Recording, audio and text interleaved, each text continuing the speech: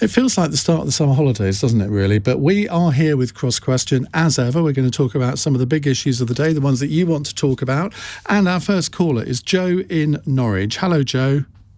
Good evening. Good evening, and good evening, the panel. I'd like to ask, given the papers released today on the National Disability Strategy, would it be a gesture of goodwill by the government to give disabled people the same £20 uplift that people on universal credit had, instead of having to fight them in the High Court over discrimination? Well, this disability strategy, the government say they're putting £1.6 billion in to help disabled people in all sorts of different ways. Campaigners say it doesn't go far enough. Amelia Womack from the Green Party, what's your view on this? I think when we look at what kind of society we want to create, putting things in place to mean that people have got a basic safety net is essential. So when we look at this extra £20 a week that Joe described, the Greens would much rather see a universal basic income that meant that every person received a sum of money each week to mean that people had that basic safety net that they need.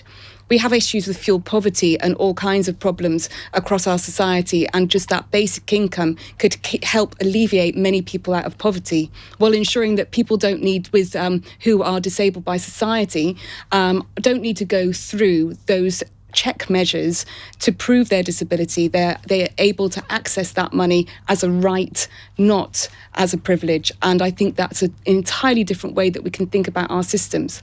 But at the same time, we do need to be putting all of those other points in place, whether that's making sure that our public transport is accessible for visually impaired people.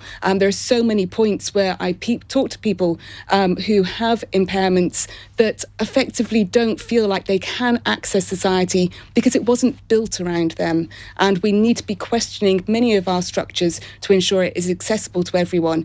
And things like putting in place a universal basic income is one step towards ensuring that there's that financial equality for everyone. Andrea Jenkyns, that all sounds perfectly sensible, doesn't it? I mean, first of all, I'm proud of what we've announced today. It's, I think, 14,000 people have been interviewed. There's been selection of surveys, round tables, and it's actually going to cross over every level of government, this. And so I'm really proud of what we're doing. We are listening. And already, though, I mean, let's not forget we've been through the worst recession in peacetime, and brought on by the pandemic. And, we can only do so much with the public purse, and I'm proud of what we're doing with this. We're investing a lot of money into this, and at the same time, it's fine from the Green Party saying that when they don't have to try and balance the books. When you're sat on the sidelines, it's easy to have a blank check, but when you're in government, you've got to be responsible with money. It's other people's money, it's taxpayers' money. But Joe's point about... Sorry, Andrea. Joe's point about an uplift of £20 a week. Yes. People on universal credit have had that throughout the pandemic. Why wasn't it given to disabled people as well? I mean, I've know the government have done major investment, in universal credit. This is a whole point why we've done this big interviews and surveys, is because we know that things need to be improved. So I think watch this space. Things are going to be a lot better for people with a disability, and it's about time too. But the problem here is, Maurice, that campaigners are saying, well, look, some of these measures are going to be good. They will have an effect. But they've made 100 different pledges here. Now, on the face of it, you could say, well, that's a good thing. But people are saying, well, this is just a tick list. And a lot of these things should have been done a long time ago. For example, an audit of mainline railway stations for disabled accessibility. We're in 2021.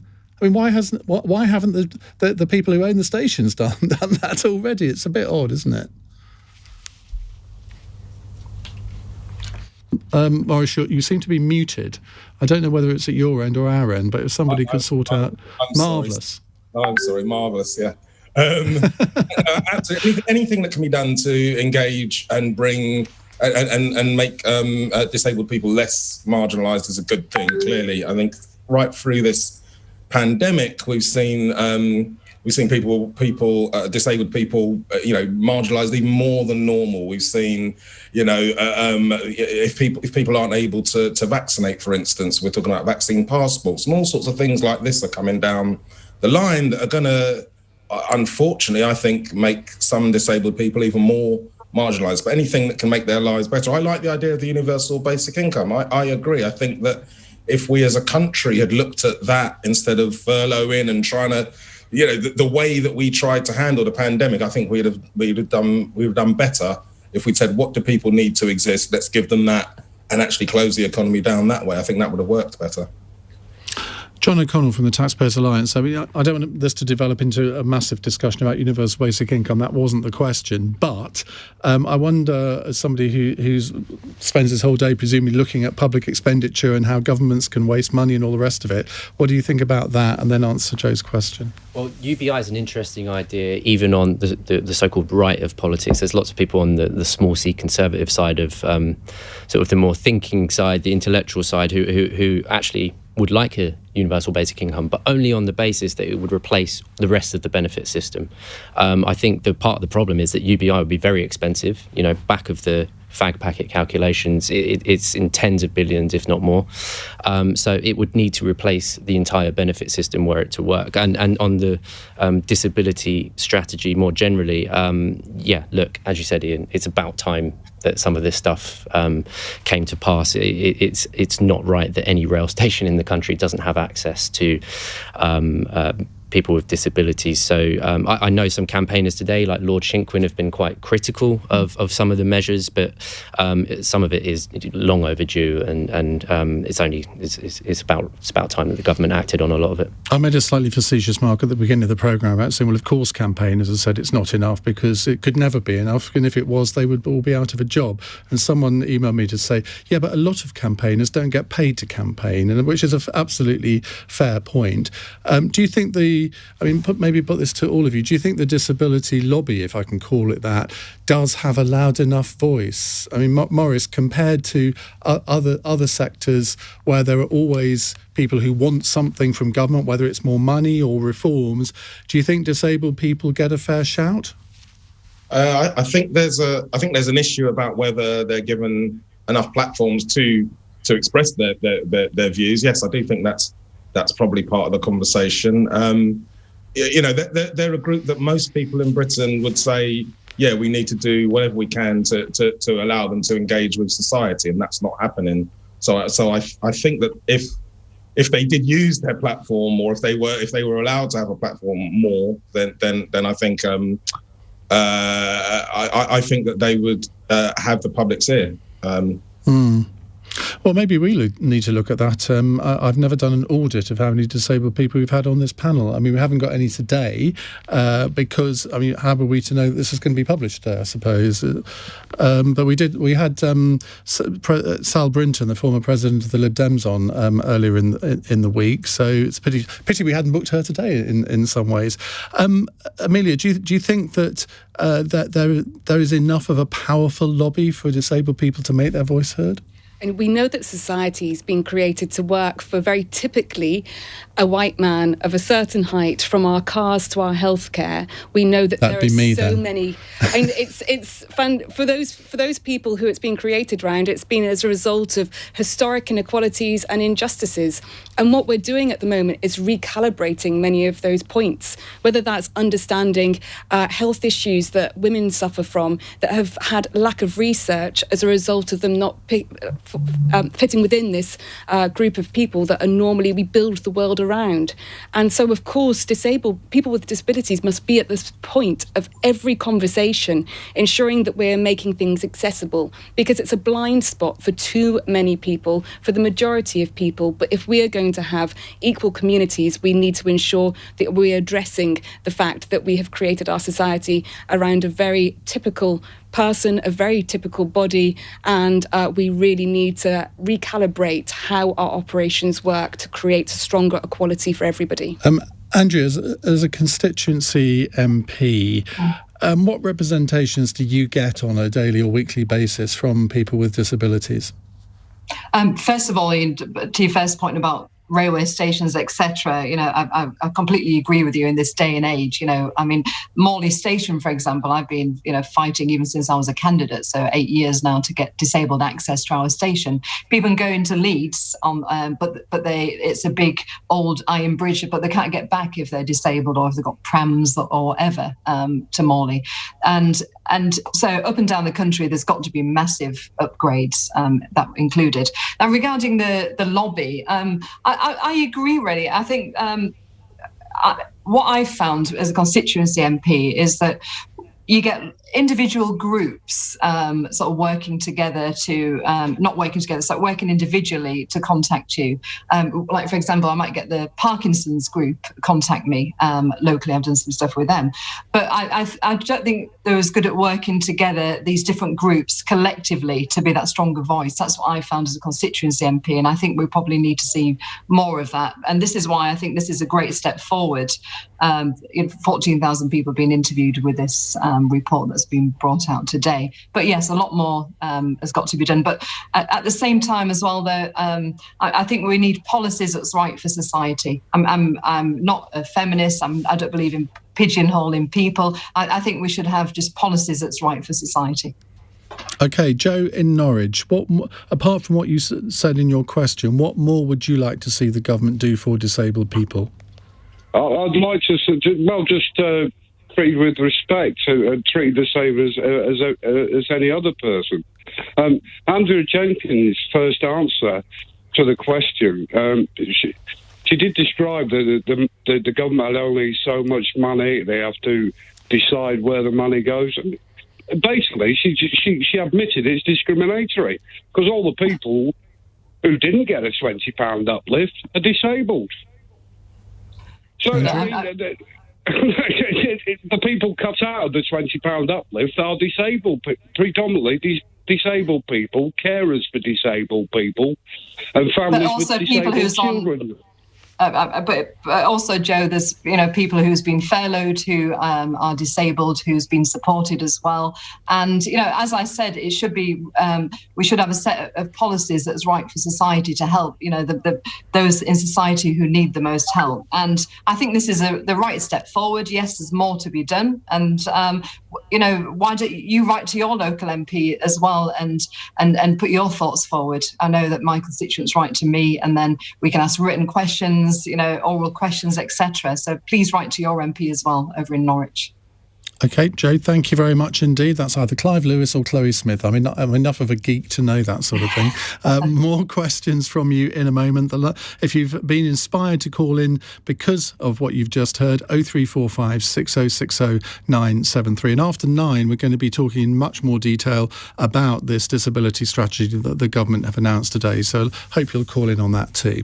You're listening to Cross Question on LBC. It's 8:15. LBC.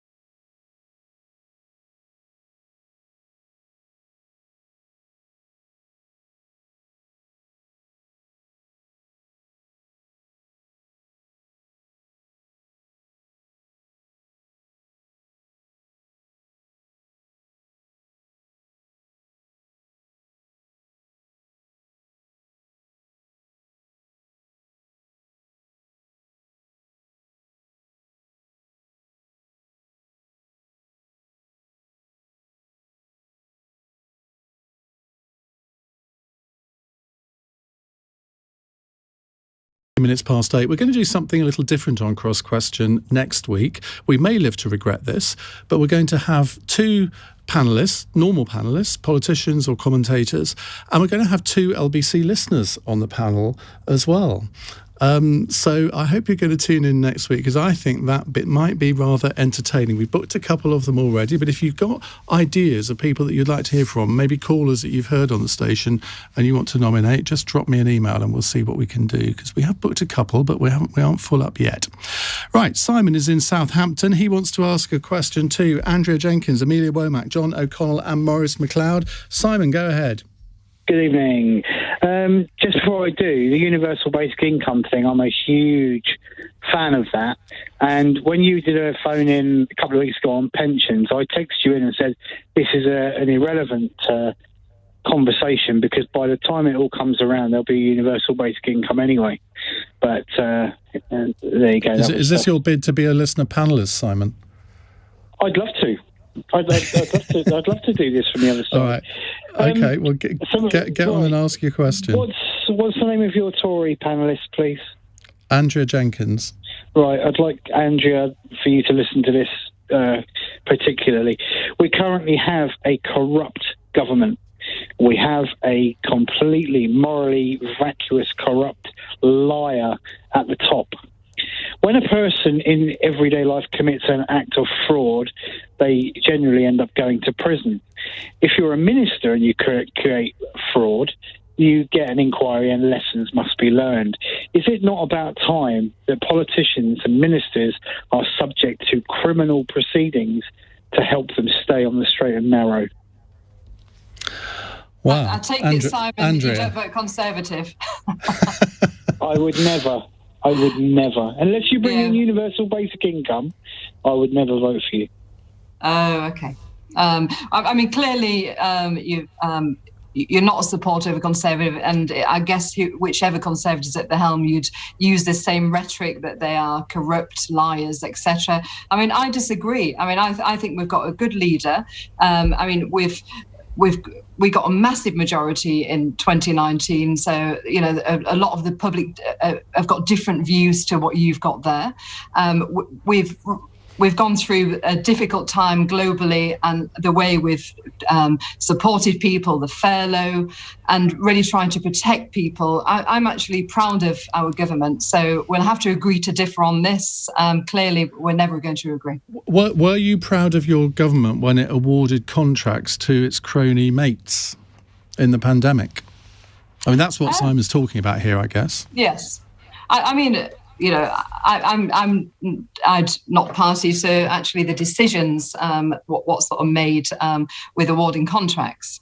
I mean, I know, for example, with the Dyson situation, they had to act quickly, and Dyson, set up a team of people, costed Dyson themselves to support through the pandemic. Now, I don't believe in cronyism. No, of course I don't. And I do think that whichever parties in government, they've got to be mindful that there's a checks and balances. And I mean, this is one reason I'm a Brexiteer, because I believe in transparency, that you can check with their MP every penny that's spent. So, but I do think, no doubt, tough decisions had to be made during this pandemic. That is the problem, that there were contracts awarded, and we've seen enough detail to know that this happened, to people who were linked in some way to people in Downing Street or close to ministers. Now, one, you can think, okay, well, that's a coincidence. Two, you might think that's a bit of a coincidence.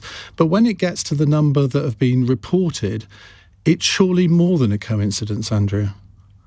I mean, to me, I don't care who contracts get awarded to, but I'll tell you the caveat: as long as it's a fair system where it's the best person, the best company for the job, who's the best value for taxpayers' money. As I said, I haven't been involved in this kind of process, so I haven't seen the fine print of the checks and balances on each of these contracts awarded. But I would want to see complete transparency and a fair system. Okay. Of course, Maurice Mcleod. So if the question is, do we have faith in in the current government to not be corrupt and to tell the truth. Well, no, the question is, should ministers be subject to criminal proceedings in the event that they mislead the public or benefit from not telling the truth? I mean, that's the essence of Simon's question. I think if there's proven corruption, if someone is either filling their pockets or more likely filling the pockets of one of their donors and their mates, and that's proven, you know, someone gets a contract that they shouldn't have simply because they are in a certain golf club or in a certain circle.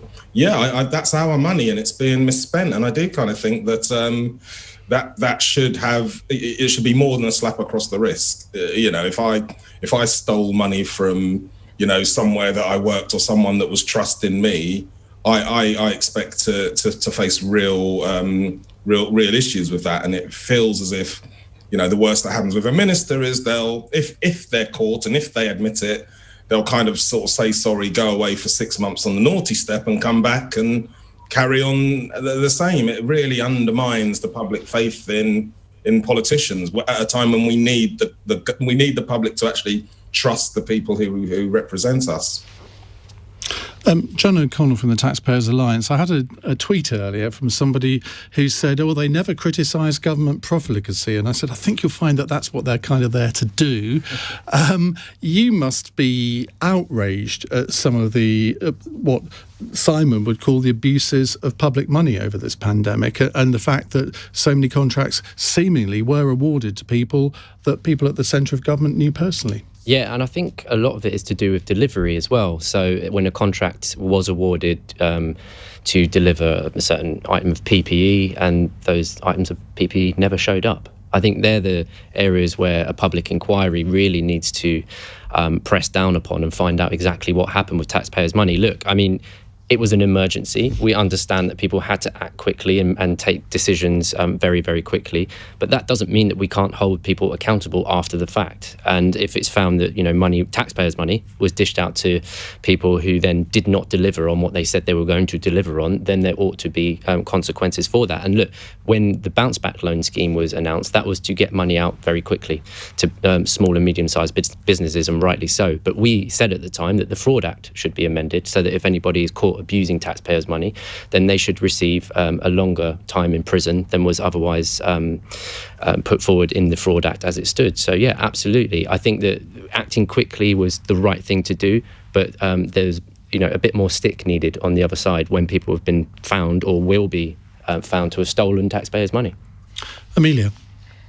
This makes me quite angry for democracy, really. When people vote, they vote to put their faith into the people that they elect.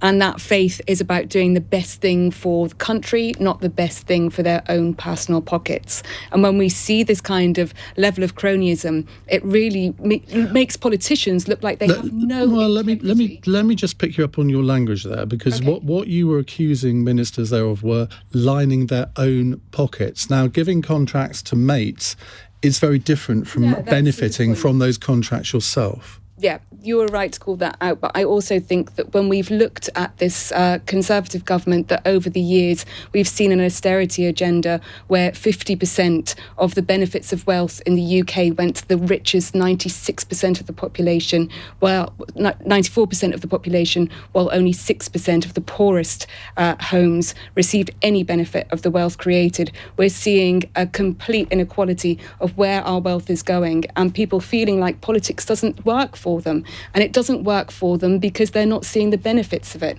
But they're seeing the friends, as you said, the friends of those government ministers benefiting from it, and they don't feel like they are engaged. Now, I think it's really important that we give people power in our democracy and in our politics, and there should be a lot more of a right to recall of MPs and a lot more accountability for these actions to ensure that people do feel like they've got more say over the people who claim to represent them. Do you think that sometimes we make 2 and 2 add up to 5 in these things? I mean, I'm thinking of the instance of Matt Hancock's local pub landlord, who I think won a contract to provide was it PPE or something like that? Now, what I imagine happened there was This guy got in touch with Matt Hancock. Matt Hancock forwarded it on to somebody who deals with this sort of thing, and the contract was awarded. He may not have even known about it, but because it's Matt Hancock's local pub landlord, everyone draws the conclusion that, oh, well, he must be, and I'm sure Simon would probably concur with this, that must therefore be corrupt because the landlord of the Cock Inn, no jokes please, got that contract. But it's about transparency, isn't it? And the way that you should work as a minister should be in a way that enables the best transparency for the people. And when things are in kind of worked on a private basis, you don't get that same scrutiny and transparency. So whatever happens in politics, it's the systems in which we operate that means that we're able to hold ourselves to account to them, and politicians should be operating through the highest standards, the highest systems, that means that they're genuinely working for people. Simon, do you want to respond to what you've heard? Yeah, I just think it's amazing. The reason why I specifically singled out Andrea on this question is because I was really keen I'm a Tory. to emphasise my question to her so that she had a fair chance to respond. Now, in her defence, at least she didn't answer in from the Tory playbook with the word vaccines. So she's got that in her favour. But all of your other panellists answered the question. All she did was bang on about how good the Conservative Party is. And that's part of the problem here. We know as voters that you're not all that. We can see what's going on. But you take us for fools. And if you want my honest opinion, my opinion is that Johnson should be in prison at the moment for what he's done. Under what charge? Well, what law has he broken? Well, this is a bit like saying Blair should be in jail for Iraq. No one can ever say what law Tony Blair broke. Well, I mean, Johnson's got the blood of 150,000 people on his hands. Now, never once has he apologised. Never once has he actually tried to make amends and make it up to people. He constantly bangs on about how good he is and what he's done. The good he's done. And so you're saying one person is responsible for the COVID deaths? Really? He's at the top and the buck stops with him.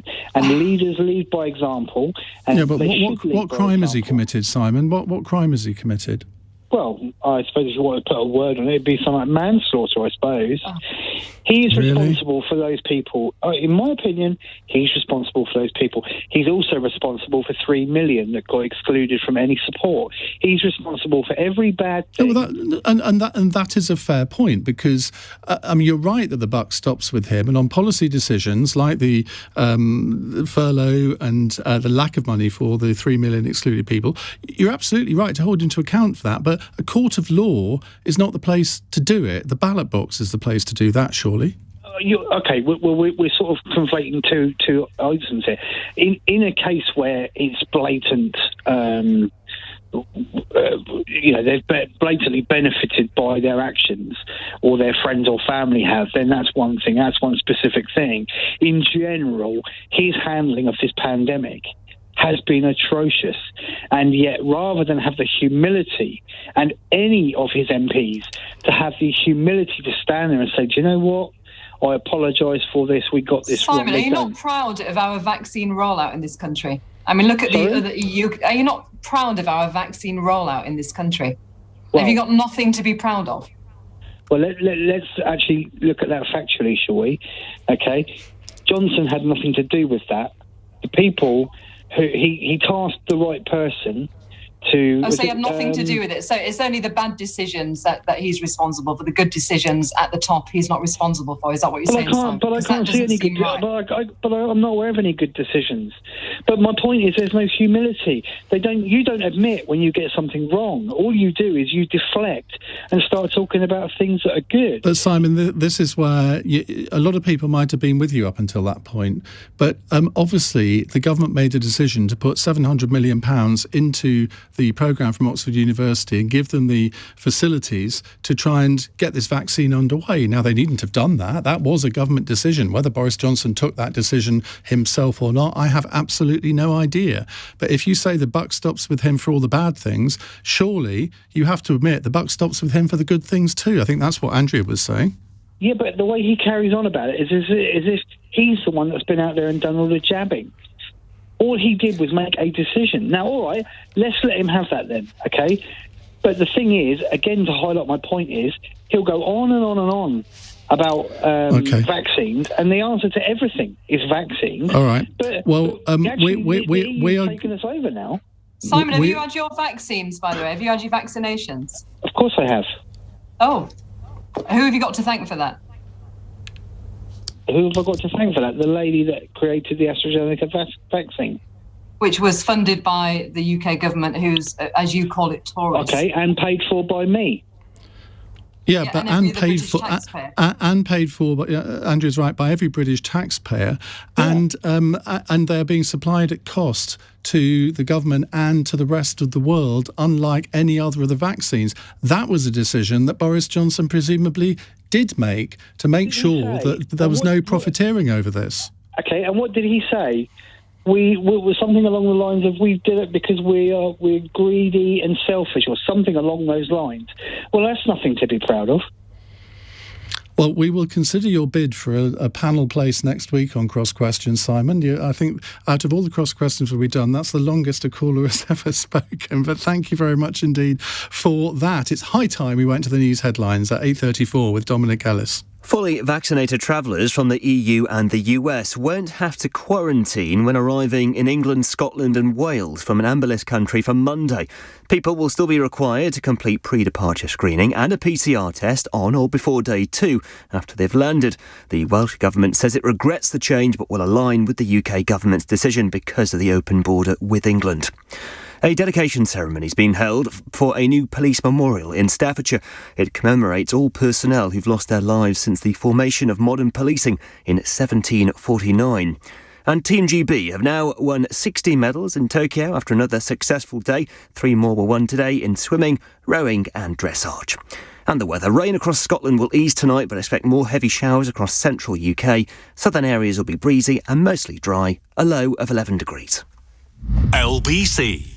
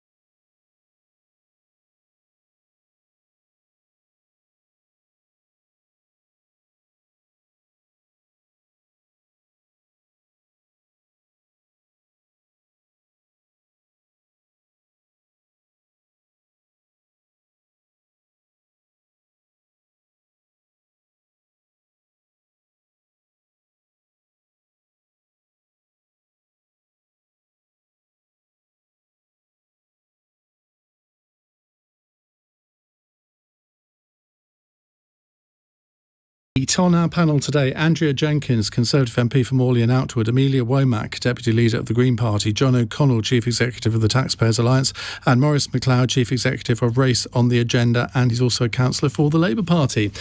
We're going to go to Naples in Italy. Oh, how I wish we could all go to Naples in Italy now, with Chris. Hello, Chris.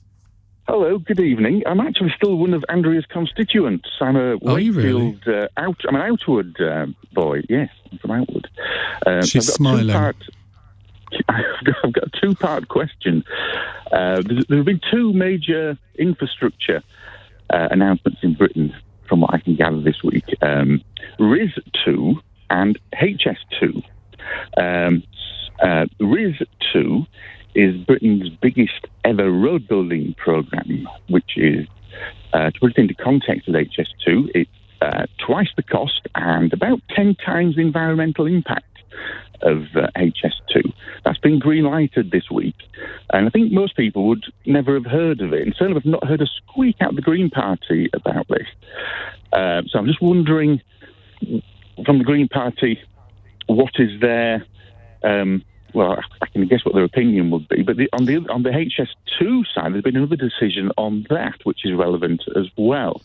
The eastern leg, the section from Birmingham to to Leeds and Yorkshire, has been put on hold, unfortunately.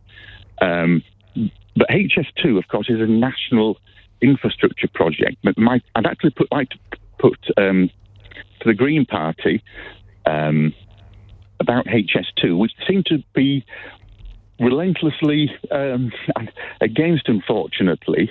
I must say, you seem to make a bit of a fool of yourself over this, but we've not heard anything about the road building programme. Okay. But the last few years All right, have been well, HS2. We don't put questions to just one panellist. They go to all of our panellists, Chris. All right, okay. Well, sorry.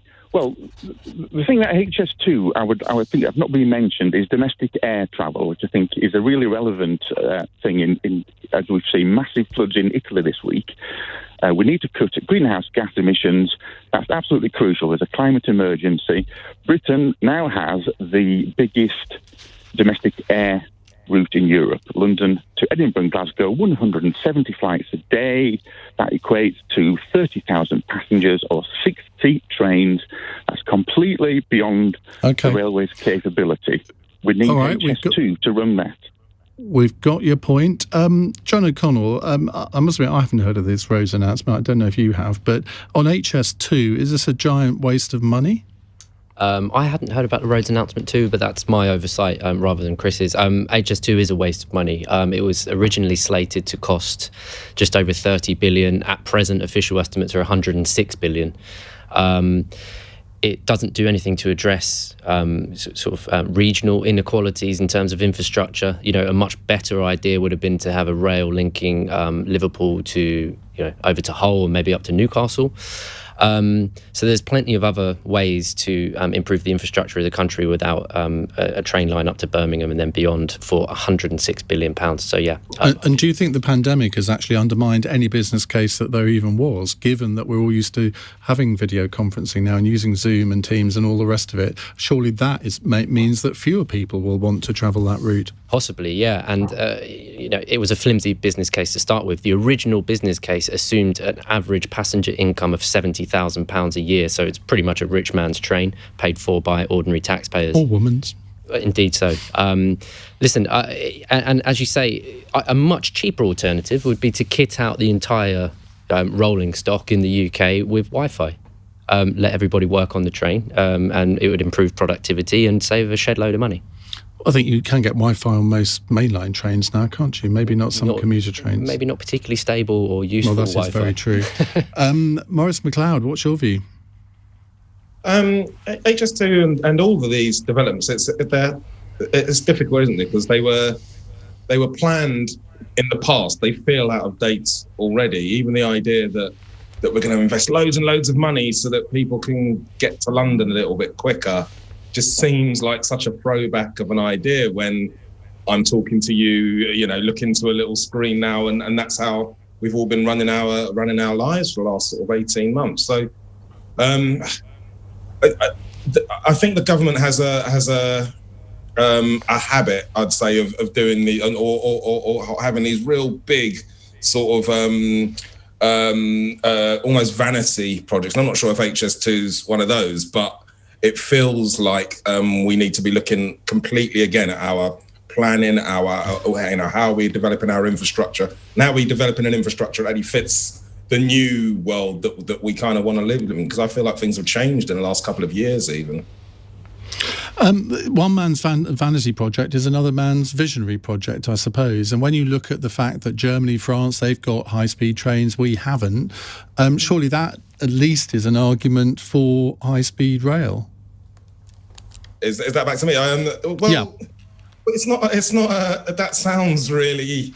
Sadly, that sounds like what I fear it is. That sounds like, they've got one, so we should have one. We should be doing what works for our country. We should, as was just said, we should be linking parts of the north with other parts in the north, not finding a way to get down to London more quickly. It's a very London-centric, and I'm saying this from a South London flat. This is a very London-centric way of thinking of the country, and yeah, why not take a step back and go, okay. No, I get that, but London is the economic powerhouse of the country. If you look at GDP and the percentage of GDP that London provides, then it's not surprising that all roads and railway lines lead to London, is it? But that ends up being yes, it's the capital. It's called the capital for a reason. But ends up being a self-fulfilling thing. If you go, all the money goes to London, therefore we need to make sure all the infrastructure goes to London, therefore more money goes to London, therefore you make that as an excuse to put more infrastructure spending into London. It's no wonder other parts of the country are getting annoyed and want to go their own way. I don't really blame them. Andrea, what's your reaction to this leg of HS2 to Wakefield and Leeds being paused? Because that presumably will affect your constituency rather badly. Yes, absolutely. I mean, first of all, if I can just put my views on HS2, etc. I mean, I'm very pro any investment in the north and in infrastructure in the whole country. I mean, as Chris will know, we need to also get the basic rights right. I mean, our bus routes are not great, especially if you live in one of the little villages. I mean, in London, as an MP who travels to London, I can see such a massive difference in the infrastructure in London compared to what we have up north, and it just doesn't seem right. So I'm pleased for any investment in infrastructure, be it trains, our roads, and let's face it, I know we've got this whole green agenda, but if we don't get better infrastructure with our trains, even our local stations, back to the disabled access we mentioned earlier, better bus routes that go out into the rural areas, then we're not going to reduce the amount of cars out there. So I'm incredibly disappointed, Chris, that this leg has been cancelled. I can understand the reasons why economically, because of the pandemic. I think the whole project has been overspent and is, as we heard earlier from the Taxpayers Alliance, it's not necessary. Every pound spent is not being spent necessarily in the best way. All these projects always end up going over budget, which as a Conservative, I hate to see personally. But I would like to see also an east to west rail in the north, and I want to see our roads improved as well. You see, I can imagine, Andrea, that if this wasn't affecting your constituency, you might be rather against HS2 full stop. No, actually, no. I'm all for investment. I mean, I remember doing a speech at a Conservative event in the north, and I got boos in the audience for supporting HS2 because to me it's about investment in the north. Consecutive governments have neglected the north, and any investment which is going to strengthen our economy and infrastructure, that should be a good thing. It's been forgotten about for too long, so I'm very pro it, actually. Amelia, why do the Green Party oppose HS2? I'd have thought this was something that you might have thought was sort of railways good, airplanes bad. So we're not against high-speed rail as a concept. We think that we do need high-speed rail, but HS2 simply goes through a route of pristine ecology and ancient woodlands. And effectively, once with our ecological systems, once they're gone, they're gone. But that's going to be the case with any new rail line or any new road or any new development, isn't it? But if you look at HS2, if it didn't, what's been prioritised is speed. That's been the most important thing. Well, the clue's in the title. So to get to be as fast as possible, it has to be straight, which means that instead of weaving around ancient woodlands and sites of special scientific interest and places that we do need to be conserving that ecology, it is cutting straight through it. You're right, but hasn't the government at least ameliorated this to some extent by building many more tunnels? Now, I mean, I don't know whether you think tunnels sort of a bad thing environmentally, but a lot of the route, particularly through the Chilterns, Conservative constituencies, obviously, are now going to be predominantly tunnelled. So it's about, our ecology is big and complex, and we see ecosystems that we simply don't begin to understand. And I think there are basic scientific principles that we need to be putting in place when we address these problems. I mean, it's not just about the tunnels. I've heard members of the government talk about tree planting programmes that will replace ancient woodlands, and that is simply not how it works. And I mean, you cited France and Germany as areas that have high-speed rail, but actually I understand that they're reducing their investments into that area because it's become too expensive and it's not what people need. When I talk to people, I know that what people want is simply that the greenest option is the cheapest and the easiest option. And when I look at that line, it's not going to make the greenest option the cheapest and easiest option. It's only going to be available to those with the highest incomes. But also that line is an interesting line. I travel by train so much. It's the only one that has real competition with different speeds and different prices. And again, that going back to a vanity project, is that the area where we need that infrastructure? And being from Wales, it really doesn't benefit anybody in Wales. Okay. Thank you very much indeed. Chris, I think we got your views from your initial question, and we're running very, very late. So thank you very much indeed for that. More in a moment. It's 10 to 9. This is LBC. We've come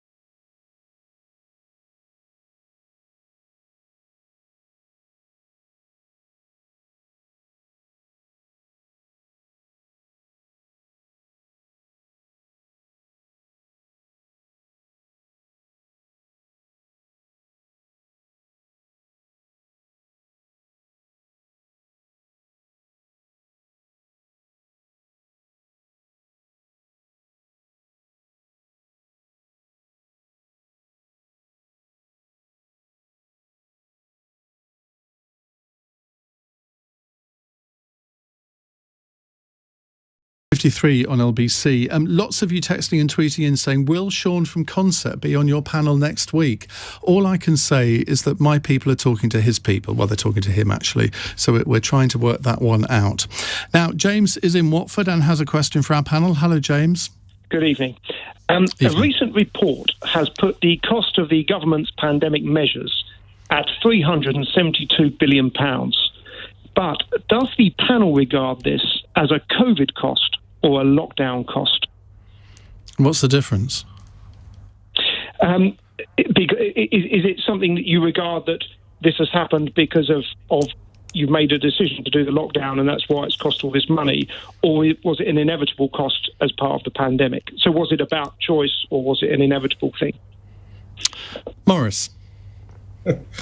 I'm not sure I understand the question. Are you saying that you look really grateful that I've come to you first. Really I'm like, please don't.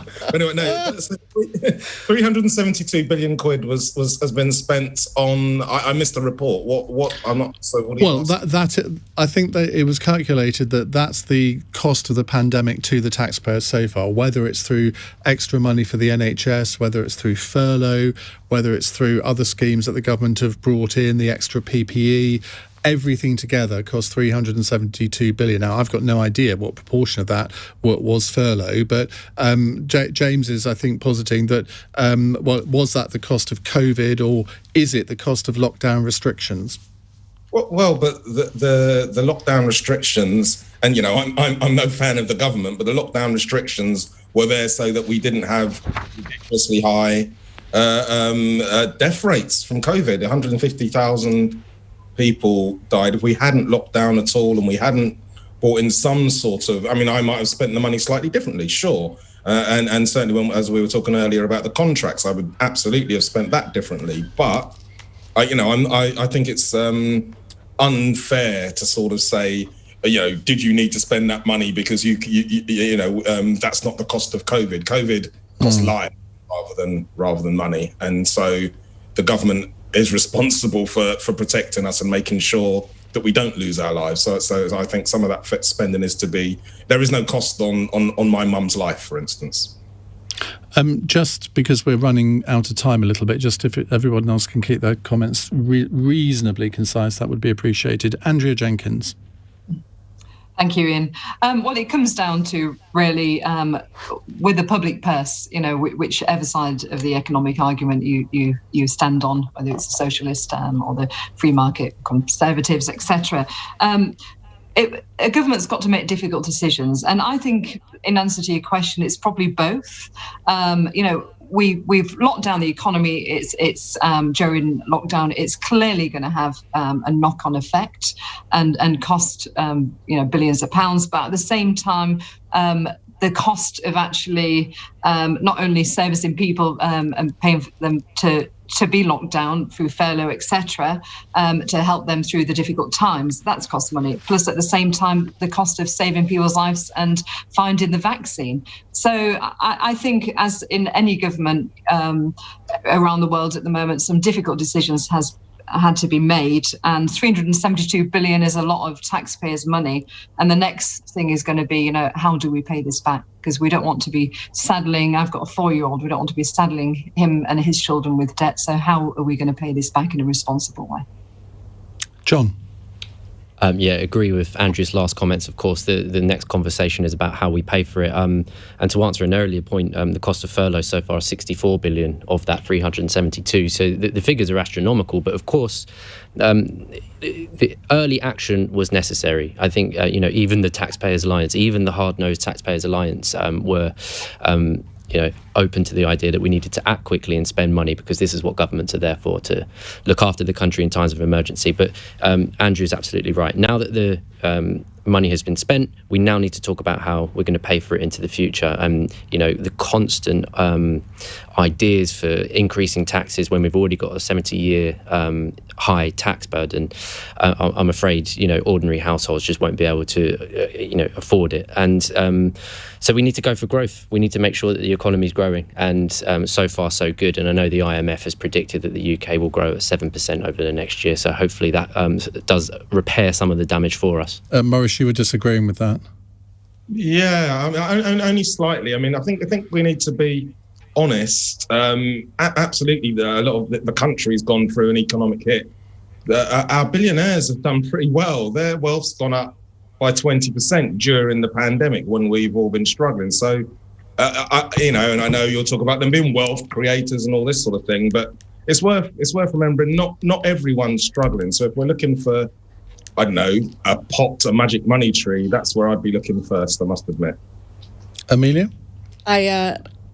Amazon have made their money as a result of the roads that we built on public funds and as a result of the hospitals keeping people alive. And I do feel like a windfall tax is something that should be talked about to ensure that we are taxing appropriately those companies that have taken advantage of the pandemic for their to make money. And I think there are ways that we need to be thinking about that. There you go, John. Windfall tax on Amazon. That would be a vote winner for anybody that proposed that, wouldn't it? A vote winner, but they'll just pass the cost on to consumers. So it'll be ordinary households. Just like Google are with this digital service. It's ordinary households that always pick up the tab. Sorry, Amelia, I interrupted you. In terms of the choice versus inevitability, I really feel that this was inevitable as a result of bad risk management. If you look at the government's own risk register, a global pandemic was as likely as heavy snow that disrupted the country. And I feel that there was a lot of work that could have been put in place by ensuring that we had a well-funded NHS, by ensuring that that PPE was in stock, by even changing our risk register when we knew that SARS was an issue and not just expecting a flu pandemic. So I think that this is really bad risk management that has cost the country, and it was inevitable and as a result of that poor management. Final text question from Jenny in Uxbridge. According to Cambridge University, the Northern accent could die in the next 45 years.